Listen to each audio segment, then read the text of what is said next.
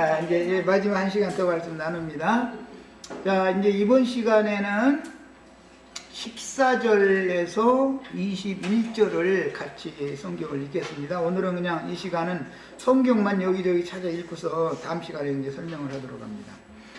자, 14절부터 읽습니다. 네 하나님 여호와께서 네게 주어 차지하게 하시는 땅, 곧 네 소유가 된 기업의 땅에서, 이건 팔레스타인 땅이 있고 소유가 되어진 기업 땅이 있어요. 그것은 팔레스타인 땅을 12덩어리로 나눠가지고 지파별로 분배해준 땅은 기업이 된 땅이라고 그래요. 이게 이제 이 의미를 이해하셔야 돼요, 문자를. 거기에서 조상이 정한, 이것은 여호수아 때 지도를 그려놓고 12지파의 지파장들이 모여서 지도를 그려놓고 제비를 뽑아서 정한 것을 말하는 거예요. 조상이 정한 네 이웃의 경계표를 옮기지 말지니라. 이 경계표 옮기는 얘기는 참 비밀이어가지고. 자, 이제 15절에 이어지기를 사람의 모든 악에 관하여 또한 모든 죄에 관하여는, 여기 이제 모든 악과 모든 죄를 여기선 대표로 경계표를 옮기는 것으로 상징화 시켜놨다 그런 말이에요. 응? 앞에서 살만한 경이라고 하는 것은 도끼날 빠지는 걸로 대표적으로 상징화 시켜놓은 것이고, 뭐 꼭 도끼날만 빠져서 맞아 죽는 경우만 있는 게 아니라, 뭐 저 민수기에 보면 돌을 어떻게 던졌는데 우연찮게 그 돌이 얻어맞아서 죽은 경우도 나오고, 그러니까 여러 경우가 있을 수가 있다는 거죠. 그런데 성경이라는 건 이제 대표적으로 살만한 경위는 도끼날 빠진 경우, 그 다음에 마땅히 죽어야 되는 경우는 경계표를 옮긴 경우, 이것은 대표성을 갖는다. 무슨 대표성? 모든 악과 모든 죄에 관한 대표성이다 이거예요. 예, 이런 것을 잘 이해를 하셔야 돼요. 성경이 말할 때는 언제나 그 말하는 의도와 흐름이 있어요. 야, 이제 그때 사람을 죽이는 경우, 죽을 수밖에 없는 경우는 한 증인으로만 정할 것이 아니요, 두 증인의 입으로나 또는 세 증인의 입으로 그 사건을 확정할 것이며, 그랬어요. 이것은 살인을 저지르고 도망온 경우를 염두에 두고 하는 말이지만, 그것을 고의살인을 한 경우는 대표적인 고의살인이 뭐냐면 이웃의 경계표를 옮긴 거다 이거예요. 이것은 이제 다른 율법에서는 이웃의 아내를 강탈한 거예요. 범한 거예요.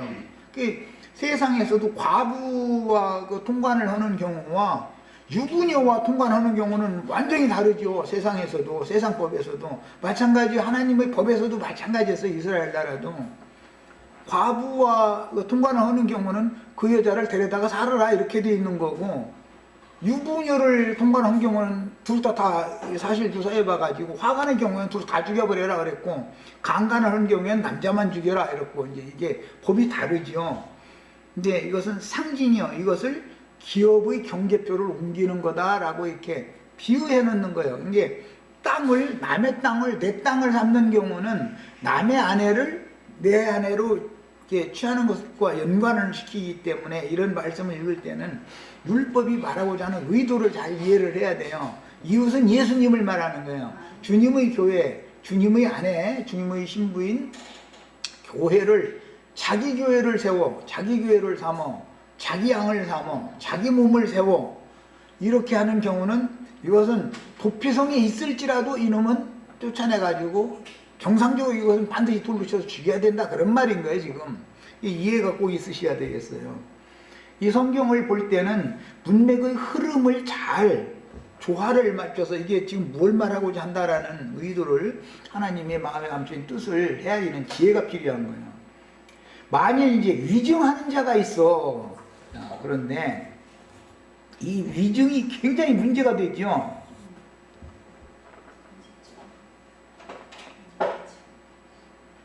본성업에서 자기 이웃이 되는 이제 근족이 무슨 이유로 인해서 오살죄로 인해서 죽었어. 그런데 그 오사를 범한 사람이 그 이웃과 원래부터 원수 척진 사람이었었어. 그러면 이 기회에 그 사람에게 원수를 갚아야 되니까 오살이라는 것을 알아도 돈을 주고 증인을 둘이나 셋을 사가지고 돈으로 사가지고 도피성에 가서는 위증을 하게 만들어버리면은 재판에는 이길 수가 있죠. 이런 짓을 얼마든지 할 수 있다 이거예요. 그러니까 이것이 도피성 율법이라는 것이 너무 좋은 제도지만 그 법을 운용하는 사람들이 어떠함에 따라서 이게 오남용 될 수가 있는 거예요. 그게 마땅히 살해야 될 사람은 반대로 죽고 죽어야 될 사람을 돈의 힘을 통해서 뇌물의 힘을 통해서 살려내놓고 이런 짓을 할 수가 있는 거예요. 그래서 선지자들이 이제 이런 말씀을 가지고서 나중에 해석할 때 보면 이스라엘의 그 제사장들이 마땅히 하나님이 죽이기로 작정한 자들은 살려놓고 마땅히 살아야 될 불쌍히 여김을 받아야 할 사람을 죽였다. 하나님이 이스라엘에게서 내가 두서너 가지의 죄를 내가 봤는데 그 죄 중에 제일 큰 죄가 그 죄잖아요. 욥을 받고 죽어야 될 자를 살리고 살려야 될 자를 죽이고 그 짓을 한다는 거예요. 야, 그 다음에 그 쟁론하는 쌍방이 같이 하나님 앞에 나아가 그 당시 제사장과 재판장 앞에 설 것이요. 그러니까 본성읍에서 증인들을 데리고 가야 되는 것이죠. 장로들을 따라서 원수 갚을 사람은 증인을 데리고 가야 되는 거예요. 증거가 없으면은 확정을 못하니까 자기 혼자 가서 저 사람이 우리 형님을 죽였다고 혼자 떠들어야 소용없는 거예요. 증인을 찾아야 되는 것이죠.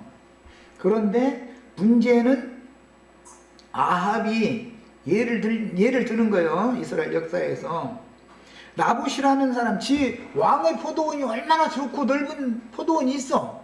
그런데 나봇이라는 사람이 조상 대대로 물려받은 그 포도원이 그렇게 탐이나 이놈 아합 왕은.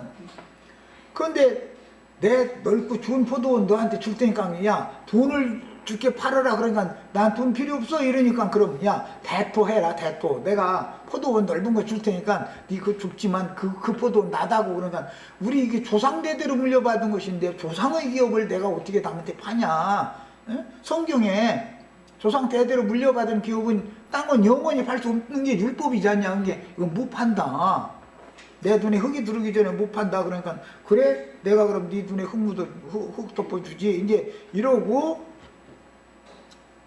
그 부인이 이세벨이 나봇을 죽일 꾀를 냈는데 두세 증인을 샀지요. 돈 주고 사가지고 와서는 율법에 왕을 저주하는 자는 죽이라 그랬는데 이 나봇이라는 사람이 왕을 저주하는 말을 우리가 들었다. 이래가지고 장로들 앞에서 증거를 하게 해가지고 위증을 통해서 죽였죠. 상징이죠. 예수님을 죽일 때 두세 증인을 불렀죠. 다 위증자들이었잖아요. 이렇게 영적으로 이걸 적용이 되기 때문에 그런 식으로 해서 하나님이 살려야 할 자를 죽이고 죽여야 할 자를 살리는 것이 이 율법의 불완전성이었다 이거예요. 이 도피성이라는 율법은 좋은 제도지만 완전한 법이 아니다 이거예요. 이걸 오남용해서 잘못 사용할 수가 있는 거예요. 그래서 교회라는 것을 오해하시면 안 돼. 교회라는 것은 양면성이 있는 거예요. 한 면에서는 구원의 방주와 같이 범죄자들을 구원하는 그런 거처가 될 수가 있고 구원의 처소가 될 수가 있지만 한 면에서는 불완전하다 이거예요. 이거는. 그 다음에 재판장은 자세히 조사하여 그 증인이 거짓 증거하여 그 형제를 거짓으로 모함한 것이 판명이 되면 그가 그 형제에게 행하려고 꾀한 그대로 그에게 행하여. 이 말씀이 하만이 역으로 이렇게 당한 거였었죠. 그대로 행하여 너희 중에서 악을 제하라. 그리하면 그 남은 자들이 듣고 두려워하여 다시는 그런 악을 너희 중에서 행하지 아니하리라. 내 눈이 긍휼히 여기지 말라. 누구를? 거짓 증인을 돈 주고 사가지고 와서 모함을 해서 마땅히 살 수 있는 경위에 해당하는 뭐 나무를 벌목하다가 도끼자루가 빠져나갔다든지 어떻게 돌을 이렇게 던졌는데 우연찮게 누가 맞았다든지 이제 그런 경우, 그런 경우를 오히려 원수 갚는 도구로 하나님 말씀을 운항해 볼 수가 있다 이거예요. 자, 그 다음에 생명은 생명으로, 눈은 눈으로, 이는 이로, 손은 손으로, 발은 발로니라. 발로 한번 차면 저 상대방 가서 발로 또 그 사람 차야 돼. 이게 율법이라는 게 너무 매정하지요. 자, 이제 말씀을 이해를 돕기 위해서 기업의 경계표를 옮기는 이야기를 이해를 돕기 위해서 여호수아서에서 바로 읽겠습니다. 이게 저기 여호수아서 19장이 보면 지도 놓고 나서 제비 뽑는 얘기 거기 나오죠. 여호수아가 가나안 땅 정복 전쟁을 7년간 1차 전쟁을 마친 다음에 지도를 그려놓고 나서 9.5등분을 했죠. 가나안 땅 서편을 9.5등분을 해놓고 나서 10명 오라 해가지고 제비를 뽑는 거예요. 예, 그런데 그 중에서 오늘 우리는 뭐 이제 40절에서 48절 단지파 것만 특별히 보는 건 뭐 10지파 거를 다 읽으면 뭐 여기만 읽을 시간이 다 가버리면 안 되니까 40절 일곱째로 단자손의 지파를 위하여 그들의 가족대로 제비를 뽑았으니, 가족대로라는 것은 각 지파의 숫자에 맞춰서 땅 넓이를 할당해 줬다 그 말이요. 그들의 기업의 지역은 소라와 에스다올과, 이 소라 사람이 누구였죠? 유명한 사람? 삼손이죠. 삼손. 예, 소라 에스다올 사람이었었어요.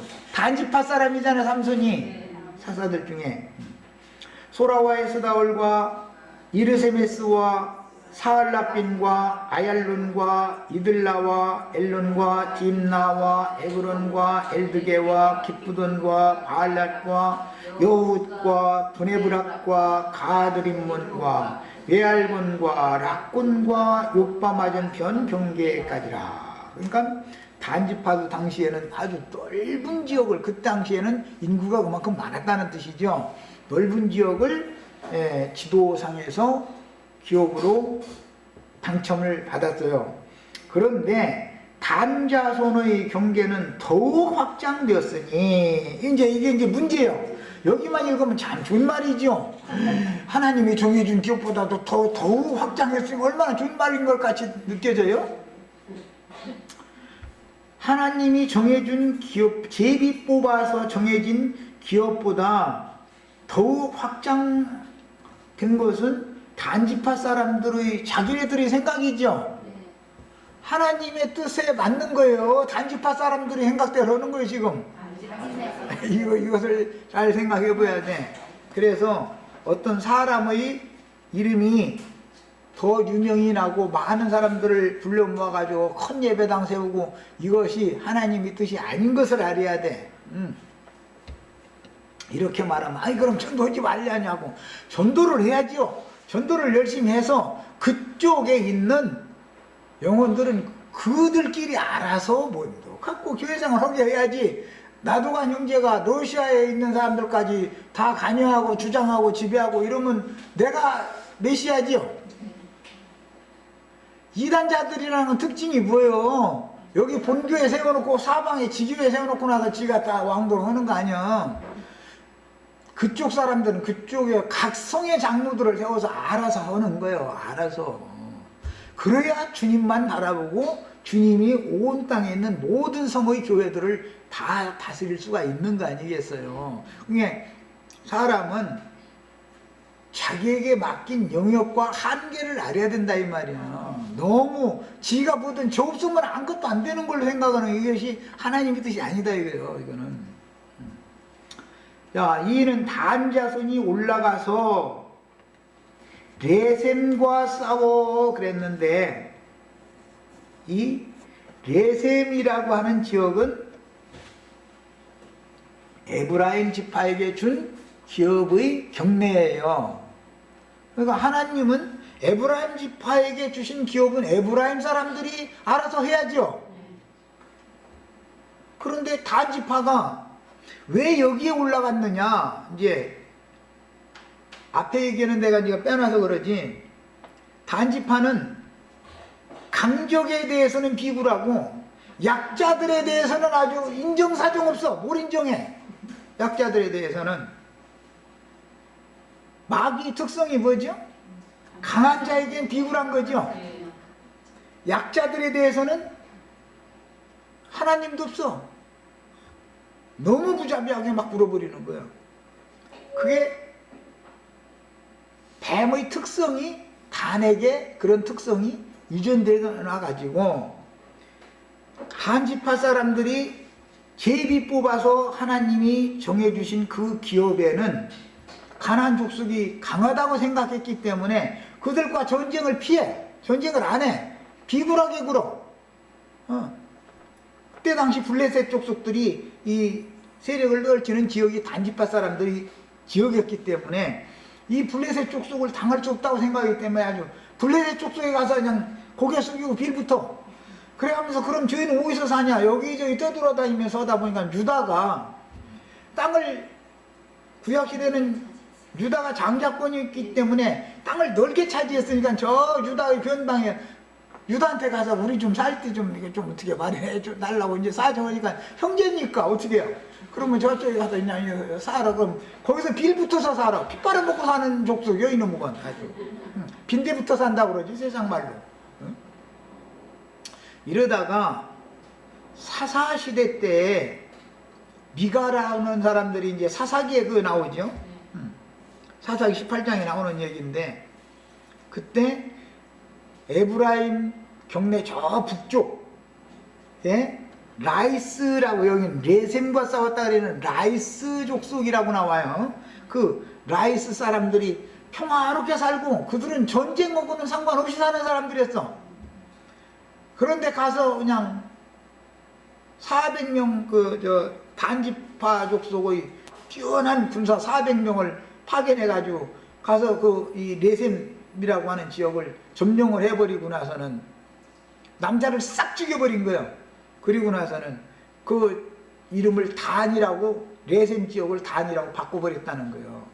야, 이것은 하나님이 정해주신 기업을 싸워서 쟁취해야 되는 일인 것인데, 하나님이 정해주신 기업에서는 비굴하게 굴고 약자들이 있는 데 가서는 무자비하게 굴었다. 거기는 기업이 에브라임 지파에게 하나님이 주신 기업이지 단 지파에게 주신 기업이 아니다 이거예요. 에브라임 지파가 그러면 야, 너희는 왜 남의 땅에 와서 그래? 이렇게를 못한 것은 유다 지파가 자기 형제니까 할 수 없이 놔둘 수밖에 없었던 것처럼 에브라임 지파도 장자권이 있는, 영적 장자권이 있는 지파지요.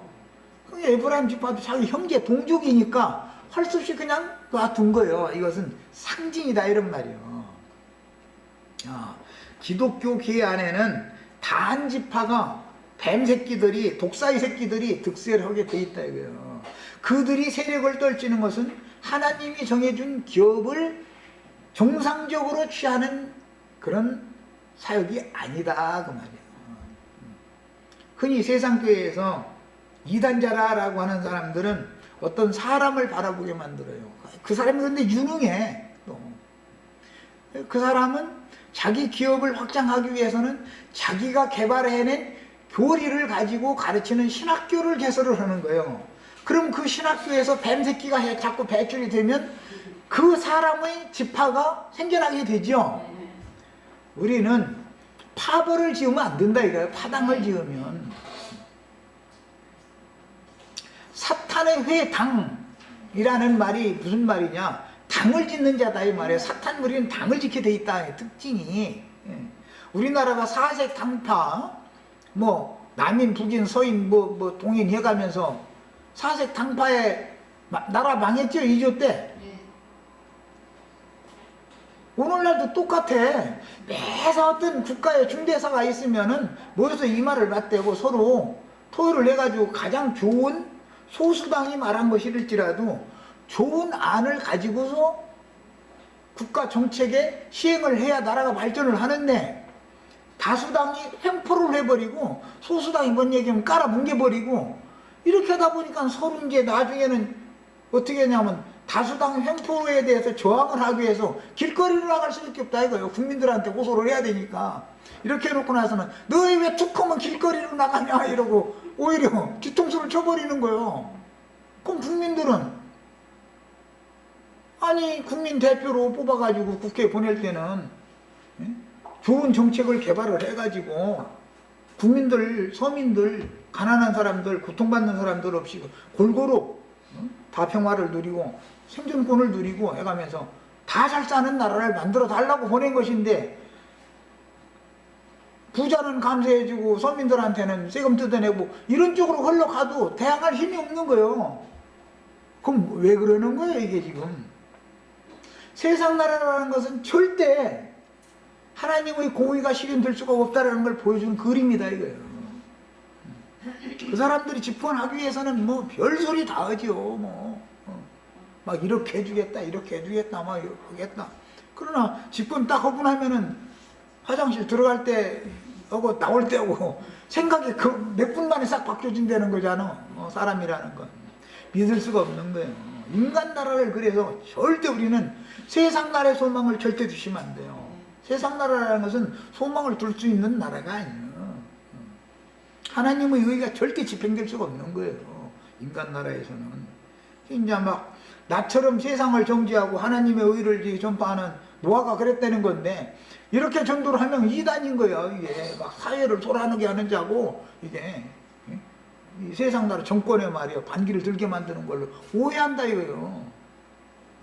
세상 나라에 난 관심도 없는 사람이 하거나 말거나 예를 들어서 세상이라는 것은 이렇게 불의하기 때문에 세상 나라는 빨리 심판받아 버려야 되는 것이고 주와 그 그리스도의 나라가 세워지는 것이 우리 신앙의 목표인 것이지 세상에서 수출이 잘 되고 뭐가 어쩌고 다 좋은 얘기일 뿐이고 그건 인간 세상에서나 통하는 얘기지 그것이 우리에게 주님께서 부탁하신 너희는 먼저 그의 나라와 그의 의를 구하라 이것을 추구하는 신앙이 아니단 말이에요. 신앙의 근본이 지금 뭐가 잘못되어 있다 이거 지금 세상 교계라는 거는 영이 세상의 영이 지배를 하기 때문에 안 맞는 거예요 서로가 이게 진리의 영과 미혹의 영 사이에는 이런 이게 정말 너무너무 힘든 싸움인 거예요. 자 그래가지고 칼날로 레셈을 치고 블레셋 족속을 치고 그 땅을 차지해야 되는데 하나님이 소라와 에스다올과 이 뭐 막 많은 지역 메알련과 락곤과 막 요바까지 이렇게 넓은 지역을 주셨는데 거기를 지배하고 있던 블레셋 족속을 물리치고 그 땅을 점령을 해야 되는데 블레셋 족속한테는 가서 빌부터 원수한테 가서 굴복해. 그러고 나서는 에브라임 지파에게 지역으로 준 라이스라고 하는 그 레셈이라고 하는 그 지역에 저 북쪽에 가서 조상이 제비 뽑은 지역도 아닌데 거기 가서 약한 사람들을 치고서 그 정복해버리고 단이라는 이름을 거기다가 그 지역 이름에다가 붙여버렸다는 거예요. 이것이 죄가 되어져서 계시록 7장에서는 단지파는 하나님 나라를 유업으로 받지 못하게 된 거예요. 지게표를 옮겼다 이거예요. 상징이 그게 무슨 말이요? 주님께서 피로 사신 영혼들을 어떤 목사가 자기 안에 삼았다 그 말이야. 그런 놈은 절대로 하나님 나라를 유업으로 받지 못한다 그 말이에요. 이것은 도피성에 들어와 있을지라도 마땅히 죽어야 될 죄를 지는 거예요. 이 죄를 너무 몰라. 네. 세상 나라에서 세상의 범죄를 저지르는 문제를 취급하는 것과 성경이라는 것이 교회 안에서 영적인 범죄를 저지르는 문제를 엄격하게 지금 이것을 영적 범죄를 저지르는 것은 영적으로 죽임당하는 문제니까 이게 보통 문제가 아니잖아. 그런데 이런 거에 대한 구분이 없어. 이런 가르침을 주질 않으니까. 도피성 율법에 대해서 가르치는 목사들 봤어요? 없어. 설교를 해도 뭐 그냥 교리적인 얘기 뭐 동편의 세성업 서편의 세성업에서 뭐 여섯 성업이고 도피성에 쓰고 뭐 뭐 도끼자루 빠져나가서 죽으면 옛날에 그냥 나무 찍다가 뭐 이제 나무꾼이 그랬다 뭐. 나무꾼이 뭐 우리나라 동화 같았고 나무꾼이 저 도끼로 나무 찍고 있는데 뭐 이쁜 뭐 아가씨인가 부인인가는 모르는데 누가 뭐 어디서 목욕을 벗어놓고 목욕을 했다나 뭐 했었고 뭐 옷을 훔쳐가지고 갖다 해서 뭐 이제 꼭 그 얘기 같아. 이걸 생각해 보면 아주 그런 말이 아니다 그 말이야. 요한에게 도끼를 맡겼죠. 요한이 그냥 나무 뿌리를 막 도끼로 찍어대는데 도끼날이 빠져가지고서 누가 그때 맞아 죽었다는 거 아니에요 말하자면. 그러니까 성경이 말하고자 하는 어떤 의도를 우리는 정확하게 깨달아가지고 성경에 따라서 성경을 이해하고 해석할 줄을 알아야지. 하나님은 이것은 꼭 어떤 가나안 땅의 경계만이 아니고 우리가 인간 세상에서 사는 동안에 하나님이 정해놓은 어떤 규격 틀이라는 것이 있어. 눈에 보이지 않지만 아내는 아내라고 하는 사람이 움직일 수 있는 그 바운다리가 있다 이 말이야. 그 벗어나면은 하나님의 징벌이 따라오게 돼 있어. 남편은 남편의 지위와 신분에 따라서 하나님이 정해놓은 틀이 있어.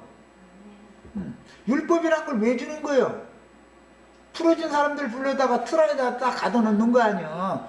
양들을 우리에다가 구약시대는 우리에다 딱 가둬놓고 밖으로 나가지 말아라. 밖으로 나가면 우리 사자들이 너 잡아먹으려고 하는 이리들이 득실을 그리니까 우리 사리 안에 머물러 있어. 그럼 내가 너 지켜줬구만. 그게 율법이잖아.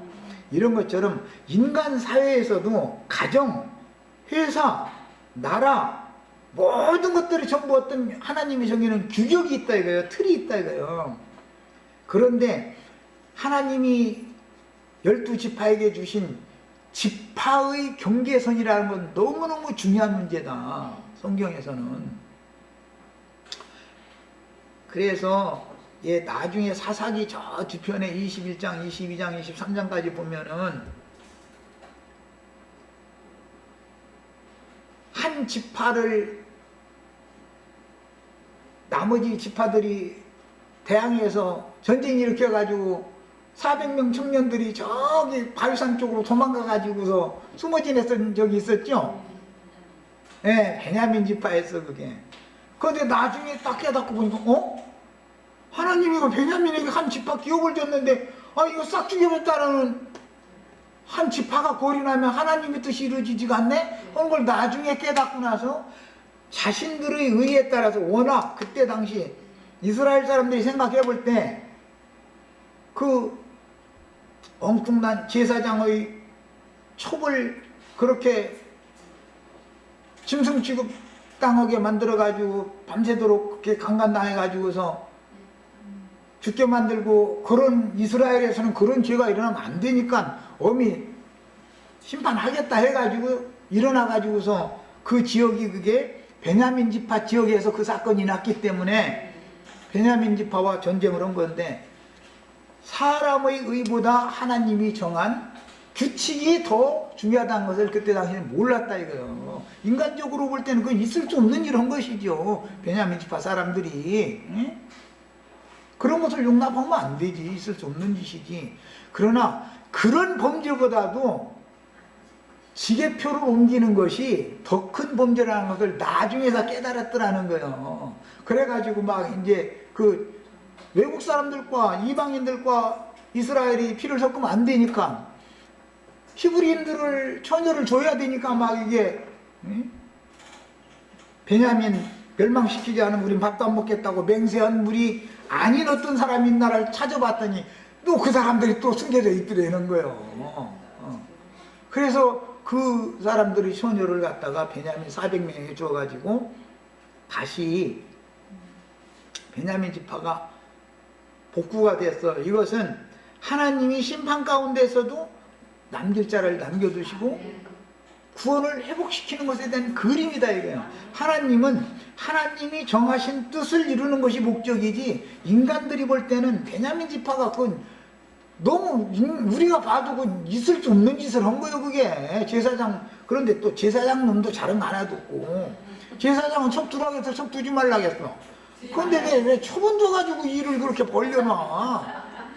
그런데 또 지가 또 막 분해 죽는다고 막 지 부인 또 12덩어리로 또 뭐 토막살인 해가지고 막 각 지파마다 한 덩어리씩 보냈대나 저때나 막 이러고 하는 거 보면은 참 인간의 의와 하나님의 의가 어떻게 다른가를 아주 너무 분명하게 보여준다고 말이야. 성경이라는 것은 인간적으로 볼 때는 그게 베냐민 지파가 그게 있을 수 없는 짓을 한 것이죠. 그런데도 하나님께서는 한 지파를 고린하게 하지 않았다. 어느 지파의 기업이 다른 지파로 감삭되거나 더해지거나 해서 경계표가 이동되지 않게 하기 위해서 딸 만든 경우에는 동일한 지파 내의 남자에게 혼인을 해서 지파의 경계는 딱 지키게 만들어 놓은 것이 하나님의 뜻이었다 이거예요.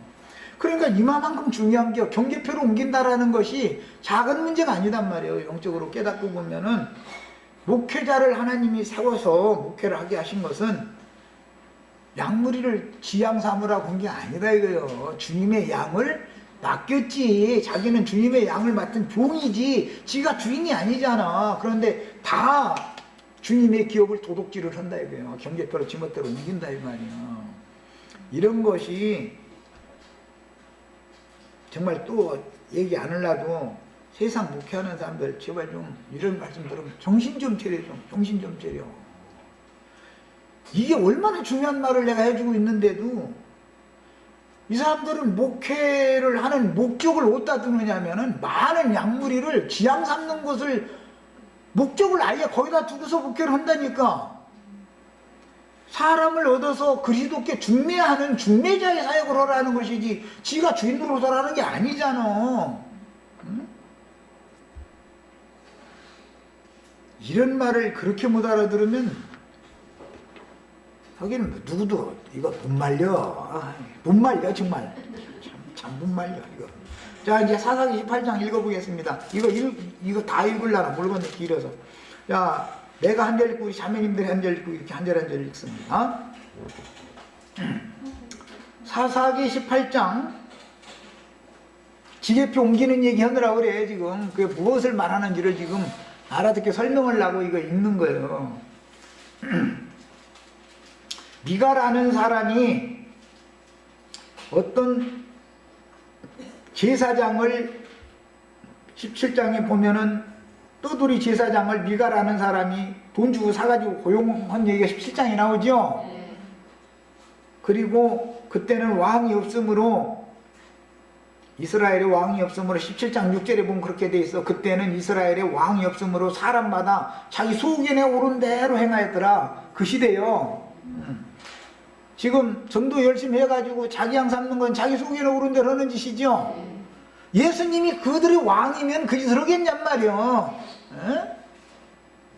자기 백성 삼느라고 지금 전할 일을 자기 소견에 오른 대로 하느라고 저런 것이지. 자 이제 18장으로 넘어갑니다. 17장 이렇게 약하고 그때 이스라엘에 왕이 없었고 이스라엘에 왕이 없는 때요 지금.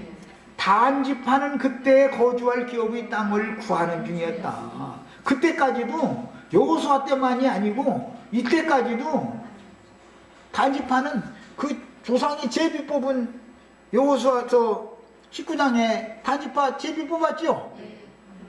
그런데 거기 블레셋 족속이 워낙 강하니까 그 사람들한테 간 빌부터 굴복해 끝복해. 그러고는 땅을 차지를 못하고서 여기 떠돌아다니니까 유다가 마청이잖아 영적으로는. 그러니까 한 구덩이 줘서 그냥 이러고 살던 때요. 그때 단지파는 그때 거주할 기업의 땅을 구하는 중이었으니 이는 그들이 이스라엘 지파 중에서 그때까지 기업을 분배받지 못하였습니다. 이 말은 전쟁을 그렇게 무서워했다. 가나안 땅 블레셋 족속과 싸워서 이겨야 되는 거 아니야 해가지고 지도상에 조상이 약속으로 기업을 받았으면 그걸 군대를 편성해가지고 블레셋과 싸워서 이겨야 되는 것이거든 해가지고 그 땅을 차지해야 되는 것이거든. 그런데 블레셋 족속은 강하게 싸워봤기 때문에 하나님을 안 믿었다라는 말이 사실은 여호와께서 싸우고 우리가 담대하게 나가면 여호와께서 이기게 해주신다라는 믿음이 없는 거죠, 말하자면. 그래서 뭐 어떤 목사님, 신부님, 신학박사님 해가지고 꾹뻑하고 절대 그러시지 마. 다 종이 호랑이요, 그게. 늙어가지고 이빨이 흔들흔들해서 슬쩍 건드리고 그 이빨 와르르 다 쏟아질 사람들이니까 그런 이빨로 물지도 못해 저만 아파. 물어봐봤자. 그러니까 걱정하시지 마. 두려우실 것도 없어 아주. 단 자손이 소라와 에스다올에서부터 그들의 가족 가운데 용맹스러운 5사람을 보내어 땅을 정탐하게 하고 살피게 하며 그들에게 이르되 너희는 가서 땅을 살펴보라 하며 그들이 에브라임 산지에 가서, 아니 저희 조상이 제비 뽑은 단지파의 기업이 있는데 왜 유다지파한테 떠돌이 생활하다가 미안했던가 보지. 이제는 저 북쪽에 있는 에브라임 지파한테 가서 빌붙으러 간 거예요. 가서 미가의 집에 이르러 거기서 유숙하니라. 그들이 미가의 집에 있을 때 그 레위 청년의 음성을 알아듣고 그리로 들어가서, 그 레위 청년의 음성을 알아들었다라는 것은 이 떠돌이 레위인이 단지파 지역에 있는 성읍에서 에브라임 지파 성읍으로 지금 떠돌이 생활을 또 갔다는 것이죠. 미가의 집까지. 레위인들은 48성읍에 흩어져 사는 거잖아. 그런데 단지파 성읍에서 같이 살던 사람이니까 목소리 알아들었다는 거예요. 저거 많이 듣던 목소리네. 레위 사람이 이때 당시는 뭐 주문을 외운 거지만 설교를 한 거예요. 설교를 했는데 이게 다 알아듣죠. 기독교회 누구 설교 라디오에 나오면, 텔레비전에 나오면 알아듣죠. 누구라고. 그런 거 생각해보면 똑같아. 알아듣고 그리로 들어가서 그에게 이르되 누가 너를 이리로 인도하였으며 네가 여기서 무엇을 하며 여기서 무엇을 얻었느냐. 왜 단지파 저희 지역에서 살자고 또 여기 왔냐. 저희는 떠돌이 생활해가면서 또 레위 사람 책망하고 앉았어요. 또 저희가 거기서 정착해가지고 블레셋 족속을 이기고 레위인들 잘 살 수 있도록 모든 것을 성을 주고 성읍 주변에 들도 주고 짐승들도 좀 주고 해서 잘 살게 해줬으면 왜 레위인이, 단지파 지역에 배정받은 레위인이 이렇게 떠돌이 생활을 왜 했겠어? 그가 그들에게 이르되 미가가 이러이러하게 나를 대접하고 나를 고용하여 나를 자기 제사장으로 삼았느니라. 너희는 나를 이렇게 대우해 주지 않았지 않느냐. 그런데 이 에브라임 지파 사람 미가는 나를 이렇게 먹고 사는데 아무 지장 없게 해줬어. 그 말이요, 말하자면. 그들이 그에게 이르되 청하건대 우리를 위하여 하나님께 물어보아서 우리가 가는 길이 형통할지 우리에게 알게 하라. 그 제사장이 그들에게 이르되 평안히 가라. 너희가 가는 길은 여호와 앞에 있느니라. 아니 뭐 잘 될 것이다 못 될 것이다 하고 말한 거. 이사 말 참 너무 잘해. 아주 지혜롭게. 잘 될 것이다 잘 안 될 것이다 흑백물주로 말하지 않고 여호와의 길은, 너희가 가는 길은 여호와 앞에 있느니라. 그런데 뭐 잘 돼도 여호와의 손에 있고 못 돼도 여호와의 손에 있다. 이제 이렇게 대답을 애매모호해 버리는 거죠. 흑백물주로 말할 필요도 없지. 이미 단지파 사람들한테 배신받은 레위인인데 이에 5사람이 떠나 라이스에 이르러, 여호수아서에서는 레센이라고 돼 있었죠. 라이스에 이르러 거기 있는 백성을 본즉 염려 없이 거주하며 시돈 사람들이 사는 것처럼 평온하며 안전하니 그 땅에는 부족한 것이 없으며 부를 누리며 시돈 사람들과 거리가 멀고 어떤 사람과도 상종하지 아니함이더라. 시돈 사람들이 와서 도와주고 그럴 형편도 아니더라는 거예요, 말하자면. 이게 여기는 이방 지역으로 봤던 것이죠. 지역이 에브라임 지파에게 준 지역이 좀 저 아예 북쪽에 있었으니까. 그들이 소라와 에스다올에 돌아와서 그들의 형제들에게 이르매 형제들이 그들에게 묻되 너희가 보기에 어떠하더냐 하니 이르되 일어나 그들을 치러 올라가자. 우리가 그 땅을 본 적 매우 좋더라. 이것은 꼭 롯이 물이 넉넉한 소돔 땅을 볼 때 좋아 보인 것과 똑같은 거예요, 말하자면. 너희는 가만히 있느냐? 나가서 그 땅 얻기를 게을리하지 말라. 너희가 가면 평화로운 백성을 만날 것이요 그 땅은 넓고 그곳에는 세상에 있는 것이 하나도 부족함이 없느니라. 하나님이 그 땅을 너희 손에 넘겨주셨느니라 하느니라. 이 정탐꾼들이 아주 꼭 소돔성 칭찬하는 거, 소돔성 보듯이 그렇게 본 거예요 지금. 야, 단 지파의 가족 중 600명이 무기를 지니고 소라와 에스다월에서 출발하여 올라가서 유다에 있는 기럇 여아림에 진치니 그러므로 그곳 이름을 오늘까지 마하네단이며 그곳은 기럇 여아림 뒤에 있더라. 무리가 거기서 떠나, 그러니까 이제 집결지는 유다 지역에서 집결을 했죠. 왜? 이게 단지파 사람들은 저희 기업은 원래 없었으니까. 유다 지파의 단지파 사람들은 다 이 마하네단이라고 하는 곳으로 다 모여라. 이렇게 해가지고 장정들을 600명을 소집을 한 거예요. 그래가지고 우리가 유다 지파의 경내인 마하네단에서 출발을 해가지고 에브라임 산지 미가의 집에 이르니라. 전에 라이스 땅을 정탐하러 갔던 5사람이 그 형제들에게 말하 이르되 이 집에 에봇과 드라빔과 새긴 신상과 부호 만든 신상이 있는 줄을 너희가 아느냐. 그런즉 이제 너희는 마땅히 행할 것을 생각하라 하고 5사람이 그쪽으로 향하여 그 청년 네일 사람의 집 곧 미가의 집에 이르러 그에게 문안하고 단 자손 600명은 무기를 지니고 문 입구에 서니라. 그 땅을 정탐하러 갔던 5사람이 그리로 들어가서 새긴 신상과 에봇과 드라빔과 부호 만든 신상을 가져갈 때, 이건 강탈해 가는 것을 말하는 거예요. 미갓집에 있는 신상과 드라빔과 이런 것들을 전부, 에봇과 이런 것들을 전부 막 강탈해서 뺏어가는 거예요. 그때 그 제사장은 무기를 지닌 600명과 함께 문 입구에 섰더니 그 5사람이 미갓집에 들어가서 그 새긴 신상과 에봇과 드라빔과 부어 만든 신상을 가지고 나오매. 그런 거 보면 이 제사장이 이때는 미가한테 붙고 이때는 단지파가 군대를 동원해가지고 왔으면 살아남으려면 원래 단지파의 성급 제사장이었던 사람이니까 단지파 그 군대편에 또 있는 거예요. 그러니까 이제 쫄딱 망한 사람은 미가만 쫄딱 망하게 된 거죠. 미가 집에 들어가서 새긴 신상과 에봇과 드라빔과 부어 만든 신상을 가지고 나오매 그 제사장이 그들에게 묻되 너희가 무엇을 하느냐 하니 그들이 그에게 이르되 잠잠하라. 내 손을 입에 대라. 우리와 함께 가서 우리의 아버지와 제사장이 되어라. 이 말은 이제 미가 한 사람이 제사장으로 하지 말고 우리 단지파 제사장으로 되라. 이제 그 말이요. 그러면 인간적으로 보면 출세하는 거죠. 나도 아니 이제 혼자만 애써도 소용없잖아. 기왕이면 한 지파를 이루면 이름 유명이라고 할 건데 뭐 기왕 제사장 오면 내가 한 사람의 집의 제사장이 되는 것과 이스라엘의 한 지파 한 족속의 제사장이 되는 것 중에서 어느 것이 낫겠느냐. 계산 한번 해봐. 어느 것이 낫겠어. 그런 거예요 이제. 그럼 단지파 편에 쓰는 것이 네가 한 사람 편에 쓰는 것보다 낫잖아. 그러니까 꿀먹은 벙어리에 이제 이 편에 쓴다고도 못하고 저 편에 쓴다고 예사장은 약어가지고 또 나 당신 편에 쓴다고 이렇게도 안 해 또. 이 사람 하는 거 보면 참.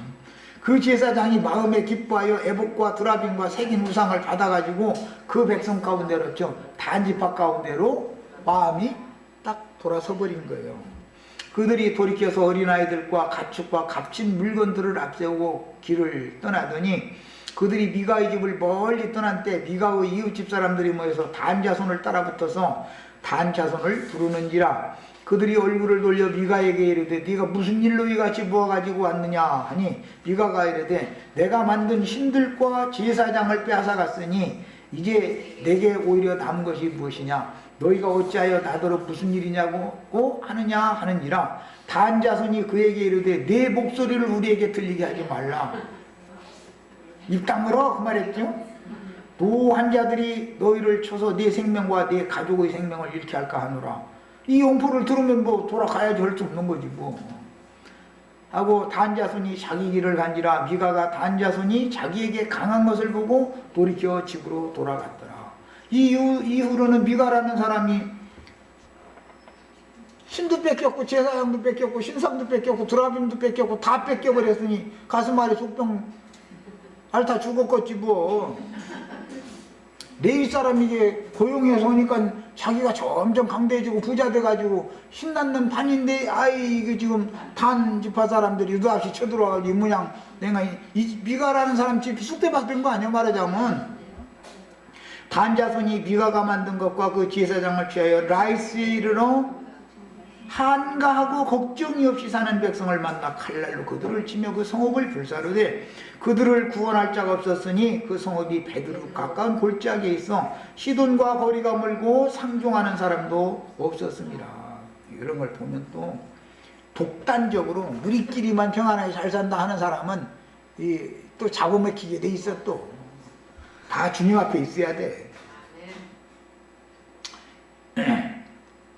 이스라엘에게서 태어난 그들의 조상 단의 이름을 따라 그 성읍의 이름을 라이스라는 레센이라는 성읍의 이름을 단이라 하니라. 아까 여호수아서 19장에서 읽었던 말씀이 이 내용이단 말이야.